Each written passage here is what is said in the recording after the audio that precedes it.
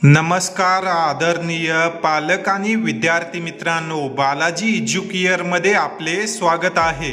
विद्यार्थी मित्रांनो, या व्हिडिओमध्ये आपण महाराष्ट्रात गव्हर्नमेंट BMS कॉलेजचा कट ऑफ काय राहिला, मागील वर्षी विद्यार्थ्यांना कॅटेगरीनुसार किती मार्कपर्यंत गव्हर्नमेंट BMS कॉलेज मिळालं, ही माहिती या व्हिडिओमार्फत घेणार आहोत।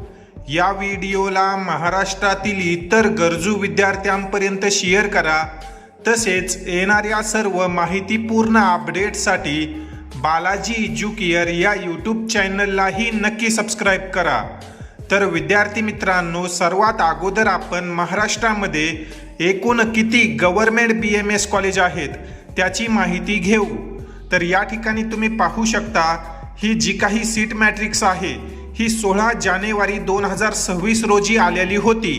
यानुसार जर आपण विचार केला तर तुम्ही या ठिकाणी पाहू शकता, महाराष्ट्रामध्ये एकूण 22 गव्हर्नमेंट आणि गव्हर्नमेंट ॲडेड BMS कॉलेज आहेत व या कॉलेजेसमध्ये एकूण 1847 जागा आहेत। त्यातील 15% ज्या जागा आहेत त्या ऑल इंडिया कोटामार्फत भरल्या जातात व रिमेनिंग 1561 जागा ह्या स्टेट कोटामार्फत भरल्या जातात।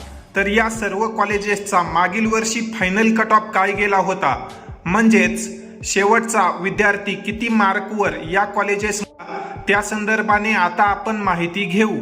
तर विद्यार्थी मित्रांनो, या ठिकाणी तुम्ही हा कट ऑफ पाहू शकता। हा गव्हर्नमेंट BMS कॉलेजेसचा फायनल कट ऑफ आहे, नीट UG 2025चा। या ठिकाणी तुम्ही पाहू शकता, जे विद्यार्थी ओपन कॅटेगरीमध्ये होते त्या विद्यार्थ्यांना 419 मार्क, तसेच जे विद्यार्थी EWS मध्ये आहेत या विद्यार्थ्यांना 386 मार्क। OBC कॅटेगरीचा जो कट ऑफ आहे तो 403 मार्कापर्यंत राहिला होता।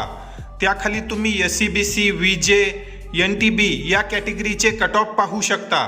या कॅटेगरीमधील विद्यार्थ्यांना 406, 425 आणि 278 मार्कापर्यंत या कॉलेजेसमध्ये प्रवेश मिळाला।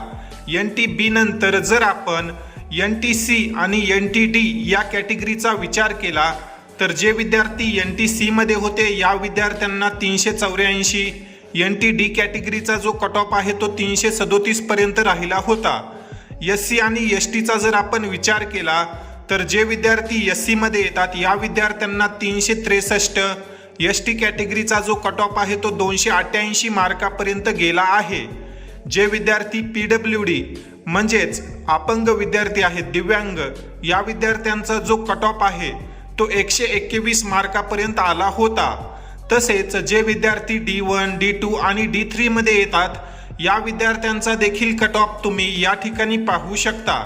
या विद्यार्थ्यांना 408, 357 आणि 369 या मार्कापर्यंत प्रवेश मिळाले आहेत। तर विद्यार्थी मित्रांनो, अशा प्रकारे मागील वर्षी महाराष्ट्रामध्ये गव्हर्नमेंट BMS कॉलेजचा कट ऑफ राहिला होता। या ठिकाणी तुम्ही पाहू शकता, अनेक कॅटेगरीमध्ये फार मोठा डिफरन्स आहे।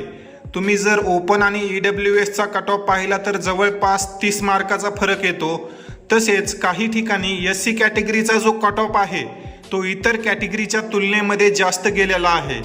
तर असं का होतं? हे जे काही कट ऑफ इन्क्रीज किंवा डिक्रीज होतात ते काउन्सिलिंगच्या नियमामुळे व जे विद्यार्थी त्या टायमिंगमध्ये पार्टिसिपेट करतात व पात्र आहेत त्यामुळे होतं। जर आपण महाराष्ट्राचा विचार केला तर 3rd राऊंडपर्यंत सर्व विद्यार्थी काउन्सिलिंगमध्ये पार्टिसिपेट असतात, परंतु 3rd राऊंड नंतर ज्या विद्यार्थ्यांना जागा मिळाली आहे किंवा ज्या विद्यार्थ्यांनी इतर कोणत्या कोर्समध्ये ॲडमिशन घेतलं असे विद्यार्थी पुढे पार्टिसिपेट करू शकत नाहीत।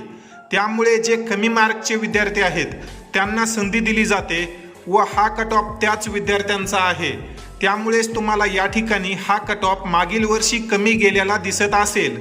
दरवर्षी अशाच प्रकारे 3rd राऊंड नंतर BMSचे कट ऑफ कमी होतात। मागील वर्षी देखील हे कट ऑफ कमी झाले होते व आता या येणाऱ्या वर्षी देखील अशाच प्रकारे कट ऑफ राहण्याची शक्यता आहे। यामध्ये खूप झालं 5 ते 10 मार्काचा फरक पडेल, यापेक्षा जास्त फरक कट ऑफमध्ये येणार नाही। जर तुमची इच्छा असेल की गव्हर्नमेंट BMS कॉलेज यावर्षी मिळालं पाहिजे तर तुम्ही कमीत कमी 450 मार्काची तयारी ठेवा। जर तुम्हाला यावर्षी 450 मार्कापर्यंत जे काही नीटचे मार्क आहेत ते आले तर तुम्हाला महाराष्ट्रामध्ये 100% गव्हर्नमेंट BMS कॉलेज मिळून जाईल। या अनुषंगाने जर तुमचे काही प्रश्न असतील तर तुम्ही कमेंट सेक्शनमध्ये विचारू शकता। तसेच येणाऱ्या सर्व माहितीपूर्ण अपडेट आणि प्रवेश प्रक्रिया संदर्भात येणाऱ्या व्हिडिओसाठी बालाजी एज्युकेअर या यूट्यूब चॅनलला सबस्क्राईब करा व या सर्व अपडेट्स जर तुम्हाला मोबाईलवर हवे असतील तर तुम्ही आपला व्हॉट्सॲप ग्रुप देखील जॉईन करू शकता। तुर्तास या ठिकाणी आपण या व्हिडिओमध्ये थांबूया। धन्यवाद।